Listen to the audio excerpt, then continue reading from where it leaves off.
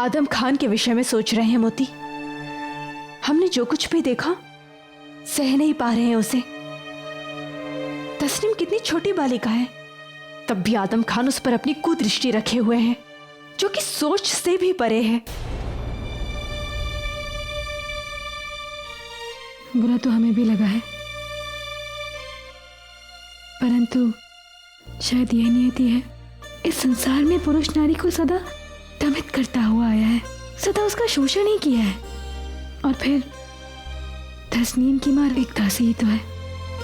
उसका या तस्नीम का आदम खान पर क्या बस चलेगा। यहाँ पर दासी को केवल एक कठपुतली की भांति नचाया ही गया है, या फिर एक खिलौने की भांति उसे खेला ही गया है। परंतु हम दासी नहीं बेगम हैं, और बेगम होने के नाते हमारा कर्तव्य है कि यदि आदम खान कुछ बुरा करने जा रहा है तो हम उसे रोकें। जोधा, आदम खान बहुत शक्तिशाली है और कुटिल भी। ऐसे कैसे हम एक बालिका का मान भंग होते हुए देख सकते हैं मोती? जोधा, जोधा, आगरा में आए हमें इतने दिन नहीं हुए जितने संकट आ चुके हैं। अब एक और संकट क्यों मोल लेती हो? ईश्वर के लिए जोधा मत जाओ। भगवान के कारण ही नहीं रुक रहे हैं मोती। हम सदैव भगवान से सहायता मांगते हैं, क्योंकि वो हमसे अधिक बलशाली है और सक्षम है, और हम जिनसे अधिक सक्षम हैं, हमारा कर्तव्य है कि हम उनकी सहायता करें। और सब कुछ जानने के बाद यदि हम चुप रहे तो हमारा सर सदैव अपराध बोध से झुक जाएगा मोती। चलिए। परंतु जोधा, तुम जा कहाँ रही हो? तस्नीम के घर। उसकी माँ को सब कुछ बताना बहुत आवश्यक है, क्योंकि एक वही है जो तस्नीम के प्रति हुई छेड़छाड़ की शिकायत दीवाने आम में कर सकती है, और हमें विश्वास है शहंशाह न्याय करेंगे। यदि ऐसा है तो हम भी चलेंगे। परंतु मोती, तुम नहीं जोधा, तुम अपनी बेगम होने का कर्तव्य निभा रही हो, और हम आमेर की राजकुमारी से जुड़े अपने कर्तव्य का। हम तुम्हें अकेले नहीं जाने देंगे। तो ठीक है, चलो। मैं समझ सकती हूँ बेगम साहिबा, मगर मैं क्या करूँ? आदम खान साहब सूबेदार हैं और मेरे शौहर ने उन्हें जुबान दी है। आदम खान साहब ने उन्हें एक किले की किलेदारी सौंपने का वादा किया है। उनके बहुत एहसान है हम पर। देखिए देखिए, तस्नीम को कितना कीमती तोहफा दिया है। इतना कीमती तोहफा कोई किसी को देता है क्या? वैसे भी आदम खान जी बहुत रहम दिल हैं। क्या इसके लिए आप इतना बड़ा मूल्य चुकाएंगी? आपकी बेटी का जीवन, उसका बचपन, उसका भविष्य, सब कुछ दांव पर लगा हुआ है। माफ कीजिए बेगम साहिबा, मगर जैसा मैंने कहा कि आदम खान साहब के हम पर बहुत एहसान है, और दूसरा मैं अपने शौहर के खिलाफ नहीं जा सकती। तो आपकी बेटी के प्रति आपका कोई उत्तरदायित्व नहीं? हम छोटे लोग हैं और जिम्मेदारियां भी छोटी ही होंगी। इसको पाल पोस कर इतना बड़ा कर दिया है, आगे इसका नसीब। इसके वालिद ने जो भी फैसला लिया होगा सोच समझ के लिया होगा। मुझे इसमें नहीं पड़ना। अम्मी जान, मुझे सूबेदार आदम खान से बहुत डर लगता है। उन्होंने मुझे यहाँ कमर से पकड़कर उठा लिया था। चुप कर बदजात। पर अम्मी जान, उनके बारे में ऐसी बातें करती है? अरे जिंदगी भर उनकी जूतियां साफ करेगी ना, तो भी उनका एहसान नहीं उतरेगा। एक माँ ही अपनी बेटी की शत्रु बन बैठी है। कब तक स्वयं को ऐसे बलिदान करती रहेगी नारी? हमें कुछ ना कुछ तो करना ही होगा।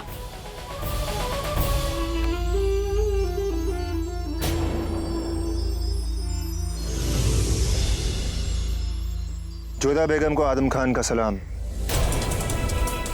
आप यहाँ आना आपके शान के मुताबिक नहीं है। शान तो मुगल सूबेदार की भी कम नहीं आकी जाती आदम खान जी। क्या हम जान सकते हैं कि आप यहाँ पर क्यों उपस्थित हैं? अब क्या कहें, रियाया का हाल पूछने का दिल किया, यहाँ चले आए। और आप?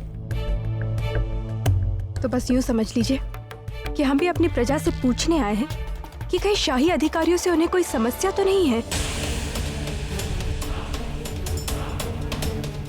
आप कहना क्या चाहती हैं? आप सब कुछ समझ रहे हैं कि हम क्या कहना चाहते हैं, और हम आपकी मंशा जान चुके हैं। परंतु विश्वास रखिए, हम आपकी ऐसी घृणित मंशा पूरी नहीं होने देंगे।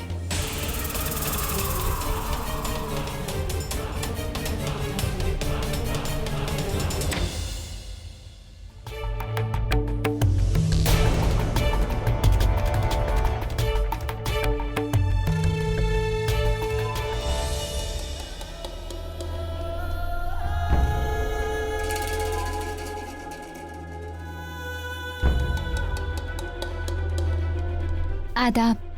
अंदर आइए हुजूर। नहीं, हम यहीं ठीक है। तस्नीम।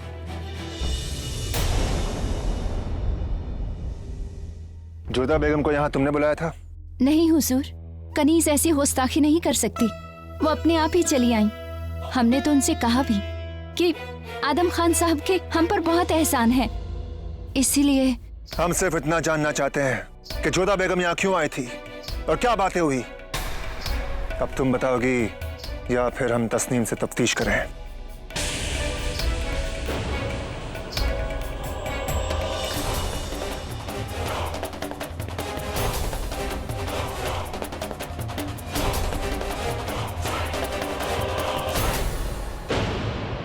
हिम्मत कैसे हुई उसकी? हुजूर, गुस्सा थूक दीजिए। हमने उनकी बात नहीं मानी।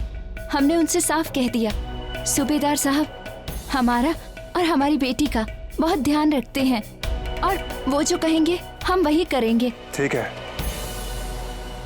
एक काम करना, आज शाम महल आ जाना, बहुत जरूरी काम है। हुक्म की तामील होगी हुजूर। और हाँ, साथ में तस्नीम को लाना। ये तस्नीम के लिए।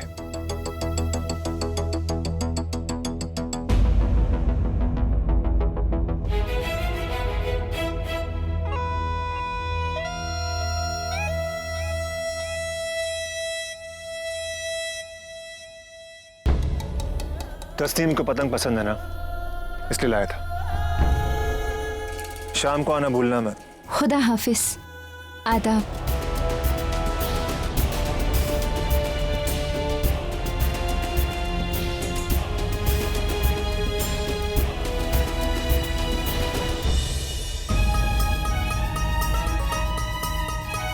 ये क्या किया?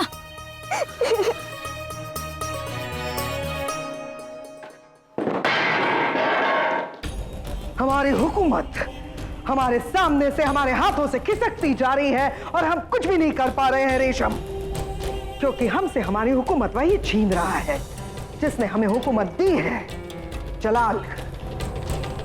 पता नहीं हमें क्यों ऐसा लग रहा है कि जलाल का हम पर से यकीन उठकर कहीं और जा रहा है।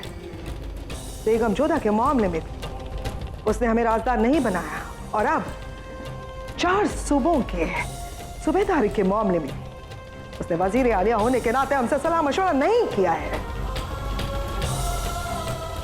जाओ और हमारे लिए कागज, कलम और हमारी मोहर ले आओ। जाओ।